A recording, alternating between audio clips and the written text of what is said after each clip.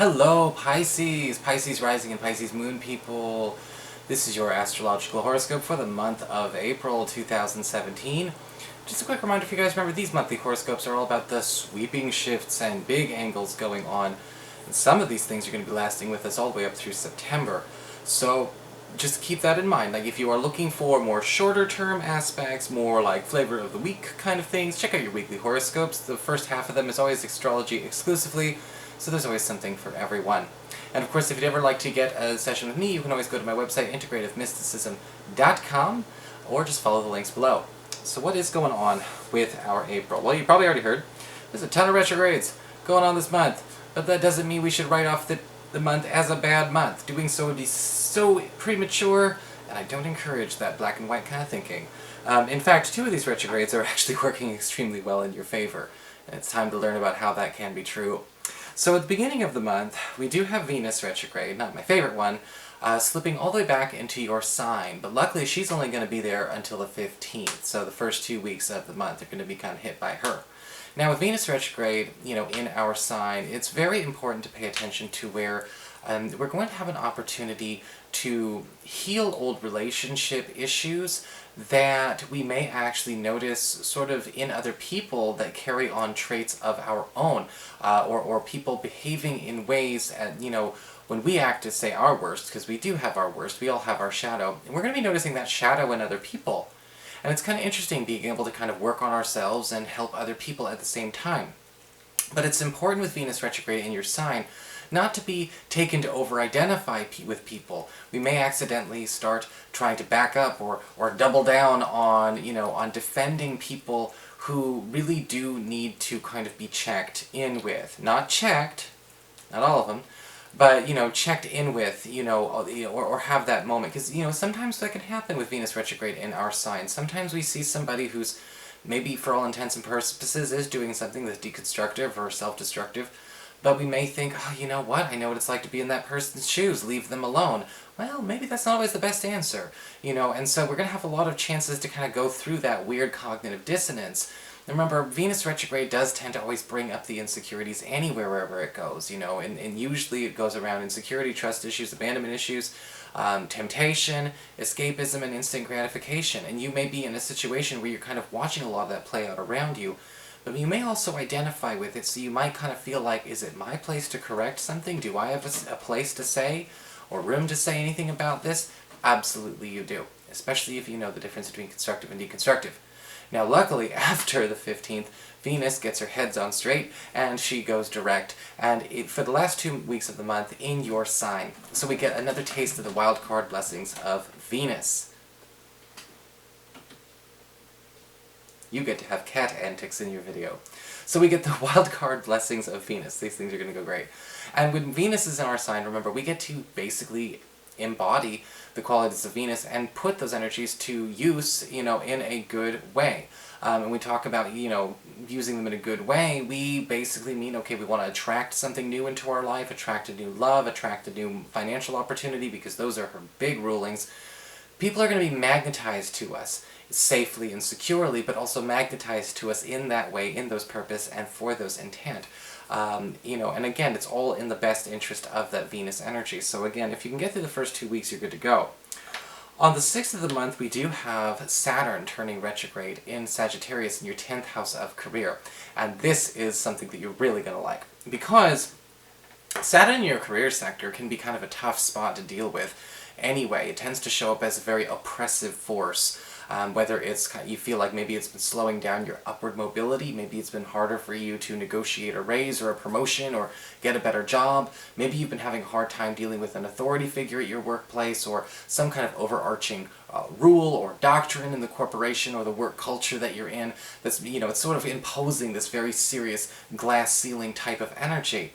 And it's been doing that more often than not since about 2014 for a lot of you Pisces people. Now luckily, for the next 3 to 4 months, well, Saturn will actually be retrograde, which is basically saying, okay, well, there's a recess from this oppression. Where do we need to, okay, now that Saturn's gone for the next 3 months, how do we make up for lost time? Okay, how do we get ourselves that promotion? How do we renegotiate our salary? How do we find a way to boost our personal business, to promote ourselves? Saturn getting out of the way, we may notice that the people are more inclined to finally say yes and be more flexible with you at the office or any kind of negotiations that you have to make regarding getting you more money and more prestige. On the 9th, we've got Mercury turning retrograde in Taurus in your third house of I'm sorry, I'm laughing because I'm going to say retrograde a few more times. Turning retrograde in your third house of communications and your pacts and promises, your commitments, as well as your helpers, people who are helping you out in life. And with Mercury retrograde here, it can be a bit of an ouch because, well, there may appear that some kind of promise or contract or commitment that we've made with a group, with a school, or maybe even with a business partner is not working out the way we thought it would. And it may be a time to reassess how we actually delegate or whether or not we want to keep working with this person in this capacity. And with Mercury retrograde in this area for the last 3 weeks of this month, going into the first week of May, there may be some issues where we need to readdress or rediscuss some of the terms in which we want to share a project in a joint way with somebody else.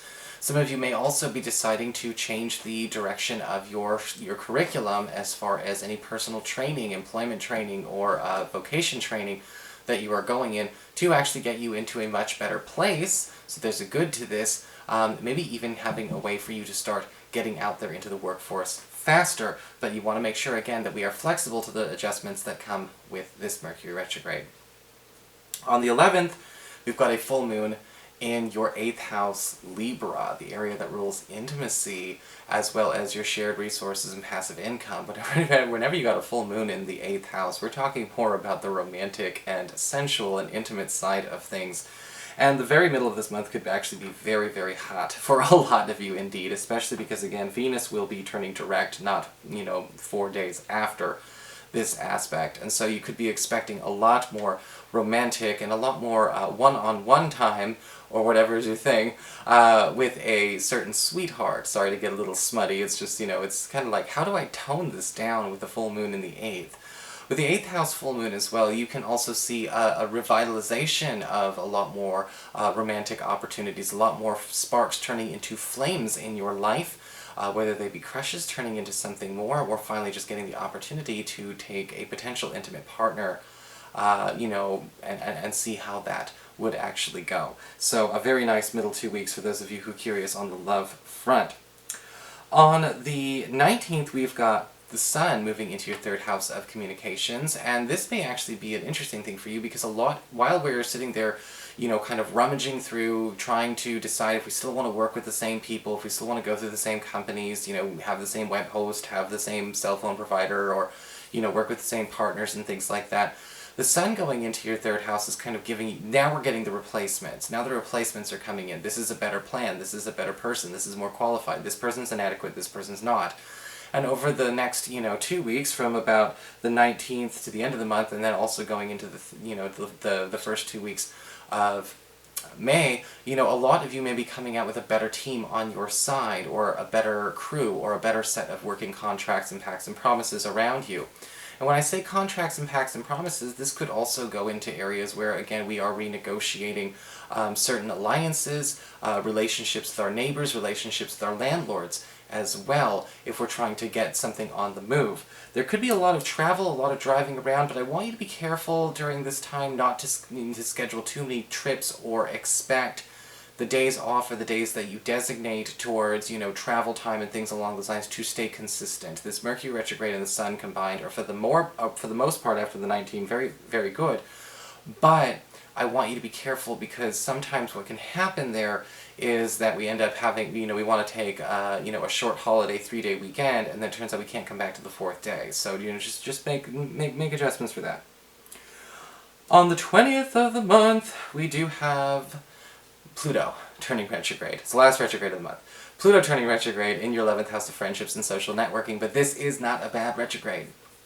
Certainly not for you. It's in a very friendly, easy place of your chart.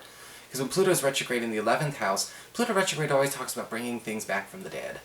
Kind of exhuming things, giving things a second chance. And this is actually healing a relationship that has actually broken between you and a friend. Now, this is definitely more on the platonic side. This doesn't really handle lovers so much. I mean, it could, but the energy is definitely more towards, a buddy, a bestie or a former bestie or something along those lines, because the Pluto retrograde energy is kind of saying like, look, this is ridiculous. The two of you were meant to be, best buddies, partners until the end, partners in crime, ride or die, that kind of thing. And so if you've been going through that, or, and maybe this person is from way back when, Pluto retrograde from about April all the way up until September is going to give the two of you an opportunity to try this friendship on for size once more. Now, it's important to pay attention, though, when it comes to Pluto retrograde. Some things have to be given up in order to be gained. We can't start something new without making room for it. Now, that doesn't mean you have to go and kick out all your friends so you can have your old friend back, but it is saying, there may be a special place and time you have to make for this situation before it's fully integrated. So they may not come into your group. But over the next 5 months, it may be okay that it stays separate, or hell, after Pluto goes direct, we may decide they're ready to integrate, but we are getting this person back. On the 21st, we do have Mars going into Gemini, into your 4th house of home and family, where he will be all the way up until the end of May, and it's going into an area of your chart that really benefits those of you who are looking to purchase a new home. Mars benefits the buyer, whereas Venus benefits the seller. So if you're looking to actually do any kind of shopping or relocate, that's fantastic. Yes, wait till after Mercury retrograde's over at the beginning of May, but this is the first week. But get yourself out there. Mars in the 4th house is also great for any kind of home business operations. If you work from home, or if you simply take your work home from the office, or you have a side hobby or something along those lines, Mars in the 4th house is basically giving you a considerable boost in terms of your income and the amount of work and workload you will have going on. If you have many little projects, many little sources of income, one is going to rise above the rest during this time. Mars in the 4th house can bring some challenges, though, when it comes to fights and some bickering, when it comes to family members and relatives, especially when it comes to your blood relatives. Not so much your in-laws. This is on you, your mom, your dad, your auntie, your sister, your brother, and your grandpa. This is where those issues can kind of come out. So, be nice, be cordial if we don't want to go there. And if you want to go there, there's an opportunity to do that, but it might go a little further than you want. So just be careful during that time, but enjoy the goodness of having Mars there, because there's always a good as well. On the 26th, we've got a new moon occurring in Taurus. Sorry about that, I got cut off. So if the camera angle seems slightly askew, it's because my camera just kind of shut off randomly. Not sure why. So anyway, going back to this new moon in Taurus on the 26th is what I really wanted to talk about. It's happening in your 3rd house of communications, again, where that Mercury retrograde and that Sun are, of course. And what this is going to do is this is going to actually very much benefit those of you who are actually interested in trying to debut some kind of creative work, those of you who work at the creative field, journalistic field, publishing fields, writing fields, performing arts, music, or those of you who are even trying to work more with the general public, in a way that is, being of service to them. The new moon here is actually granting you a new job, or perhaps even a new platform to try out your stuff. This can also be a great time with a new moon to actually get ready to settle in a brand new, again, helper into your life. Somebody who may be a friend promoted into a role, almost like a member of your personal staff, so to speak. Again, Mercury retrograde's happening. Just don't let them start until the end of the first week of May. But they will be there, and they'll be ready to work for you, and they'll be good.